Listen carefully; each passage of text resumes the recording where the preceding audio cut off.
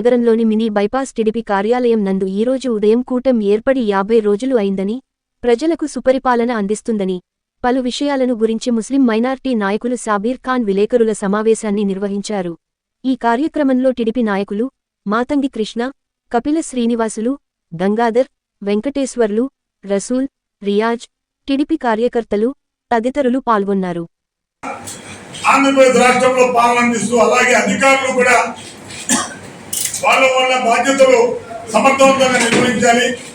Telugu Desam party నాయకులు కార్యకర్తలు ఎవరు కూడా దౌర్జన్యాలకి దాడులకు పాల్పడొద్దని చెప్పి తెలుగుదేశం పార్టీ జాతీయ అధ్యక్షులు ఆంధ్రప్రదేశ్ రాష్ట్ర ముఖ్యమంత్రి శ్రీ నారా చంద్రబాబు నాయుడు గారు దిశానిర్దేశం చేసింది. మామూలుగా ఏదైనా కొత్త ప్రభుత్వం ఏర్పడితే ప్రభుత్వంలో ఉన్నటువంటి వారు ప్రతిపక్షంలో వచ్చినా, ప్రతిపక్షం వారు ప్రభుత్వంలోకి వచ్చినా గత ప్రభుత్వాలు చేసినటువంటి అరాచకాలు ఇవన్నింటినీ దృష్టిలో ఉంచుకొని 3 నుంచి 6 నెలల వ్యవధి కాలం ఇస్తారు. ప్రతిపక్షాలు కానీ, ప్రజా సంఘాలు కానీ, ఇతర పార్టీలు కానీ. ఒక్కొక్క పార్టీ విధానం ఒక్కొక్క రకంగా ఉంటుంది. రాష్ట్ర పరిస్థితి రీత్యా, రాష్ట్ర ఆర్థిక పరిస్థితి రీత్యా 3 నుంచి 6 నెలలకు వ్యవధిస్తారు. విమర్శలకు తావు లేకుండా, వివాదాలకు తావు లేకుండా ఉండాలి. కొత్త ప్రభుత్వం వచ్చింది, 6 నెలల తర్వాత ఏదైనా విమర్శలునే ఏదైనా చెప్తారు. కానీ జగన్మోహన్ రెడ్డికి అంత ఓపిక లేదు. 50 రోజులు కూడా కాల.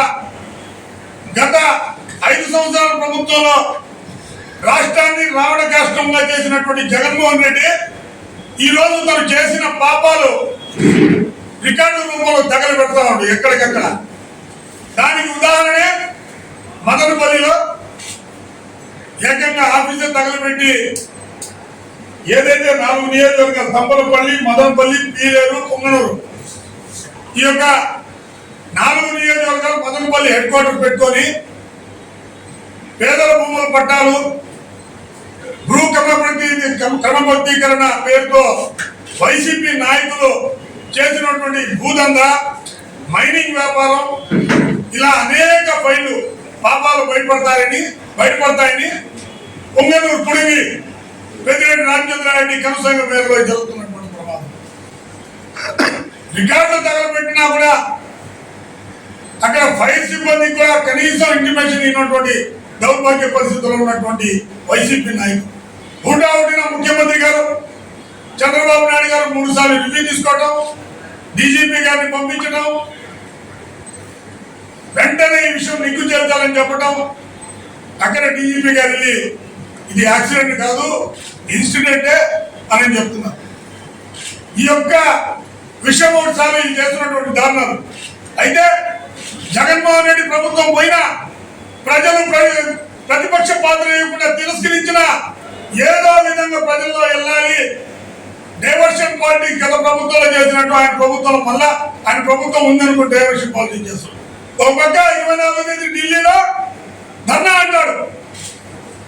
ప్రజల దృష్టి మళ్లించి ఇక్కడ చూస్తే వాళ్ళు చేసినటువంటి పాపాలు, భూదందాలు, దౌర్జన్యాలు ఇవన్నీ ఫైలు తగలు పెడతారు.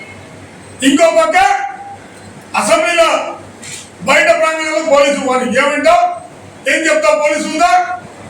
మధుసూదన్ రావు గుర్తు పెట్టుకో, ఎల్లకాలం ఉండదు. పోలీసులు 3 సింహాలు ఉన్నది. అధికారులకి, నాయకులకి సలాం చేయడానికి కాదు. నువ్వు చేసింది ఎంతయా జగన్మోహన్ రెడ్డి? ఉంటుందని 100 మంది ఆవుల్ని, 100 మంది దూడల్ని కట్టేసినా అవి విప్పితే ఏ ఆవుకి ఆ దూడకు మీకు కలుస్తా ఉంటుంది. అలా కర్మ కూడా అంతే. జగన్మోహన్ రెడ్డి నువ్వు చేసిన పాపాలు నీకే చుట్టుకుంటాయి. 1 రూపాయలు కాదు, 1 చేస్తే 10గా నీ కాడికి వస్తాయి. అదే ఈ రోజు ఆంధ్రప్రదేశ్ రాష్ట్రంలో నీ పట్ల జరుగుతూ ఉంది. తెలుగుదేశం పార్టీ నారా చంద్రబాబు నాయుడు గారు నిష్పక్షపాతంగా పాలన అందించే వ్యక్తి, దాదాపు 40 సంవత్సరాల సుదీర్ఘ రాజకీయ అనుభవం ఉన్నటువంటి వ్యక్తి, 3 సార్లు ముఖ్యమంత్రి చేసినటువంటి వ్యక్తి, ఉమ్మడి ఆంధ్రప్రదేశ్, ఉభయ రాష్ట్రాలు ఉమ్మడి ఆంధ్రప్రదేశ్ ముఖ్యమంత్రిగా 9 సంవత్సరాలు ఉన్నటువంటి వ్యక్తి 175 నియోజకవర్గాలు ఆంధ్రప్రదేశ్ రాష్ట్రాన్ని అతను ఏ విధంగా కావాలంటే ఆ విధంగా పాలన చేసేటువంటి నిష్పక్షపాతంగా మంచి పాలన అందించేటువంటి వ్యక్తి చంద్రబాబు నాయుడు. కాబట్టి ప్రజలు నిన్ను పూర్తిగా మర్చిపోయే పరిస్థితుల్లో ఉన్నారు. కాబట్టి నువ్వు చేసినటువంటి దారుణాలన్నీ చూడలేక నీకు ప్రతిపక్ష హోదా కూడా ఇవ్వలేదు. ఇంతకు మించి ఘోరం వేరేవాడైతే ప్రజలు చేసినటువంటి ప్రజలిచ్చినటువంటి తీర్పును గౌరవిస్తూ ఇక్కడైనా నీ బుద్ధి మార్చుకొని తిరగాల్సిన అవసరం ఉంది.